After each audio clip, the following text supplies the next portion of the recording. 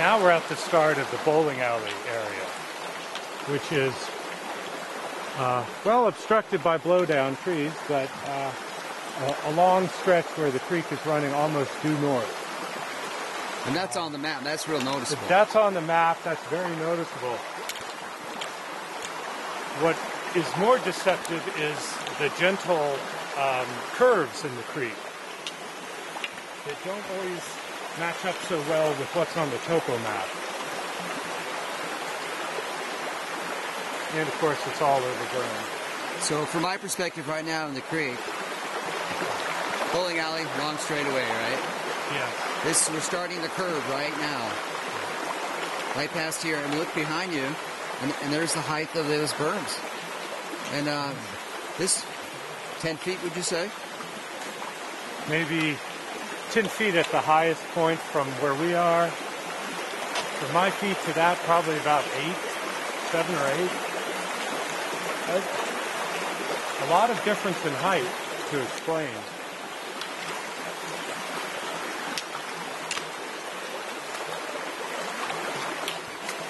There's the retreat. If Titmus is right. If this is the end of the run out, and Titmus looked at the tracks, and okay, go ahead. Well, she would have come out of the back end of the film site and not really visibly to the guys. Could have retreated up in here, up this hill somehow. Yeah. I mean, it's fairly steep, but you can see how an agile creature can get up through there. It's hard to see that with this video, but it looks like it just goes up the hill, and looks like actually a moving slide because it's not heavily forested, not a loose dirt on it. If we're right about the Gimlin photo, if this is the right spot, then we would want to be up in there, looking down on the film site here, kind of facing northwestward, I believe. Yes, it's completely inconsistent with Bob Titmus's findings. When he was here a week or days after the film was made, he followed the tracks, he cast the tracks, and he reported the creature crossing the creek again and going up the embankment to a position where it could have looked down on the original trackway, presumably watching Roger and Bob as they documented it. So if the creature also was tracked hundreds of yards upstream, we do have an issue there. Or there were two of them. Or there were two of them, or there were multiple sets of tracks somehow. Remember, they tracked what they thought were signs of her. True. And wet spots on a rock, Yeah, they were tracking up what they thought was a track. Right. Up a creek bed.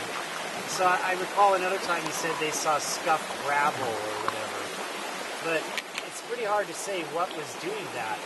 They thought they saw like half a footprint on a wet spot on a rock. But I mean, it could have been anything. Here's an example. Yes. Wet footprint on part of a rock. I mean, which means it's pretty hot chase in pursuit of. This time of year, too, it's not going to evaporate right away. No. So it could stay wet like that for a while longer than in the middle of summer. I saw tracks like that going upstream. Whereas Titmus claims to have actually found trackway going up the hill. A trackway and a footprint for a hill squatting spot where she watched down onto the sandbar, which would have been right here. So Bob and Roger were looking at this wet tracks immediately after their sighting, while Titmus was 11 days later. I forget the exact number. 9 days later. So 9 days later, just over a week, he found some tracks going up the creek farther up, but that's still a few days later. Right. Titmus's tracks were down here. Okay. They were very close to the original film site, and just circled around and back up to look down on it. So I'm a little confused as the tracks. Me too. There's the wet prints that Bob Gimlin and Roger Patterson found going up the creek here. I remember a specific mention of one wet footprint found specifically, but then at various points, the distance that they tracked the creature has been listed as miles, depending on the source. And that's probably Inconsistent. not very plausible. Yeah. Timeline-wise. Timeline-wise, it certainly isn't.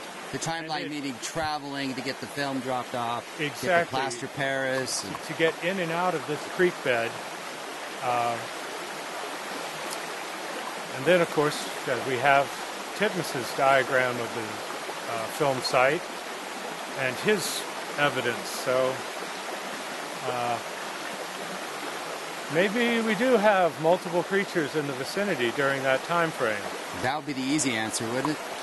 Well, either that or people's recollections aren't completely accurate, especially given the intensity and emotions present at the time. Memories of distances and times may not be that accurate.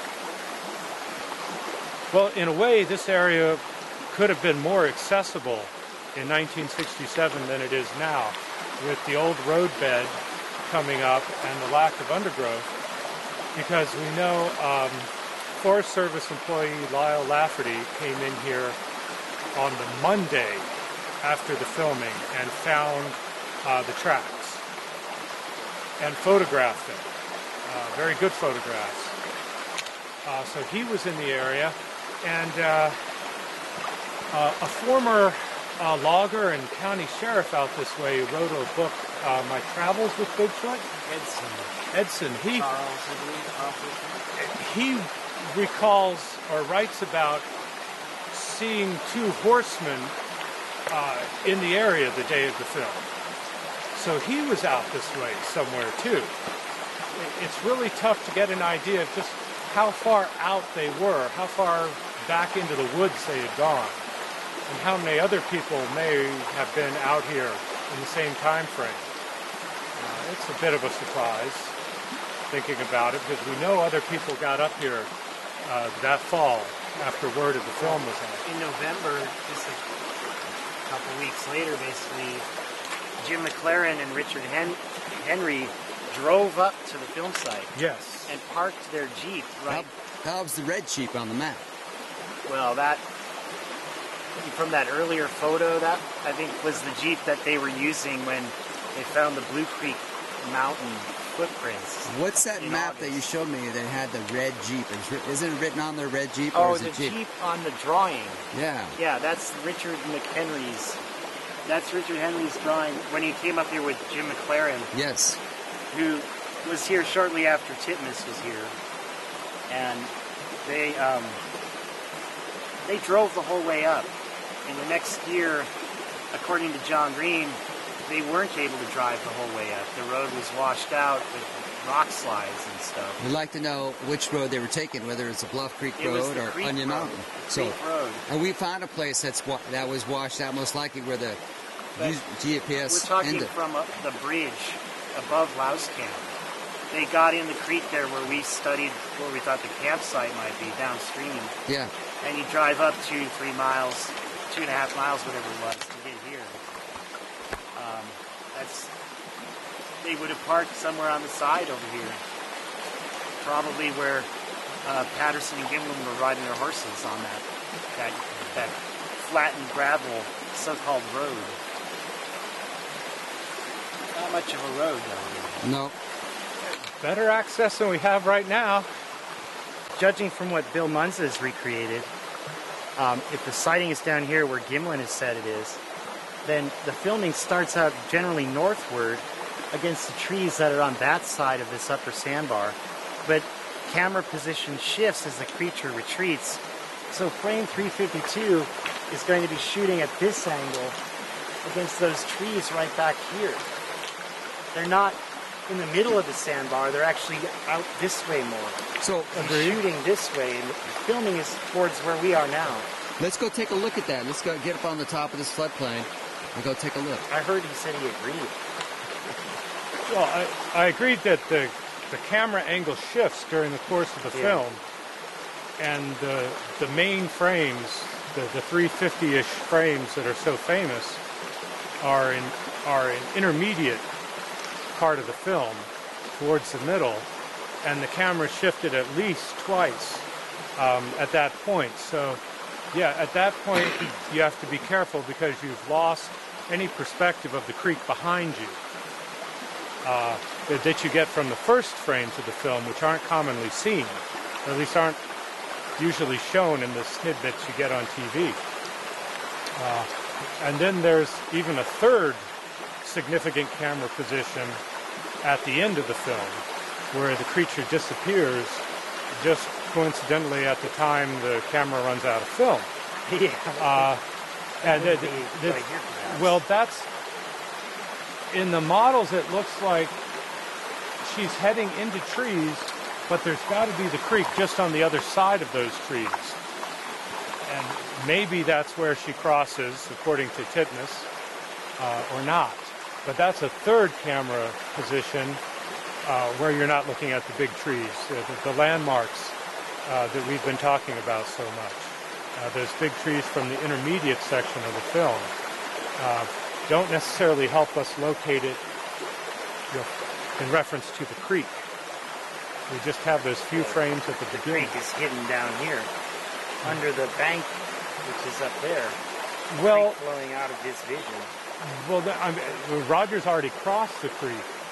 Yeah, and over there, and it curves back around here on the other side of the film site. Well, this is it. Right, that's what the reconstructions suggest, but there's not a lot of evidence of that in the film. So, because all we see is this wall of the forest debris and trees right here. At the end of the film, he's shifted his camera position almost like towards the east. Exactly. And the creature retreats through this kind of stuff. Yeah. Might have been growing back in there at that time. Yeah, there's no significant difference in height seen in the film, really.